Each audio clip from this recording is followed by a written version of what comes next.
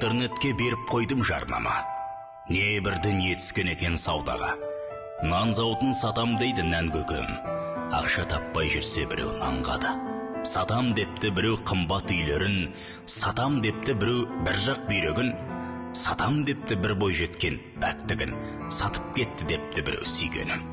Сатып жатыр біреу қызыл қанында, сатып жатыр біреу жастық шағында, сатып жатыр біреулер ұятында, намысында, арында. Ал мен бұл жүрек сатам, алсаңыз. Нәзік жүрек, нағыз жүрек нансаңыз. Бұл жүрекке баяғыда ғашық боп бір сүюді арман еткен қанша қыз. Бұл жүректі Құдай өзі сақтаған, операция үстелінде жатпаған, тірі болсаң 100 жыл бойы соғар деп кардиолог дәрігерлер мақтаған.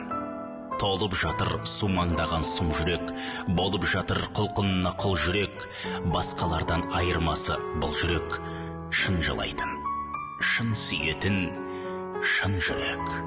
Жаңа емес, бұл жүрек расында.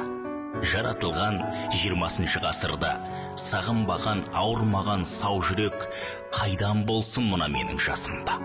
Түсін алар оны жаста кәріде, төз алады, көн алады бәріне.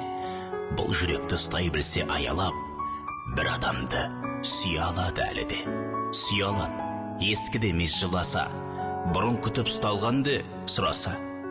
Бұл жүрек сатам мен, ал егер жақсы адамға тегін берем ұнаса.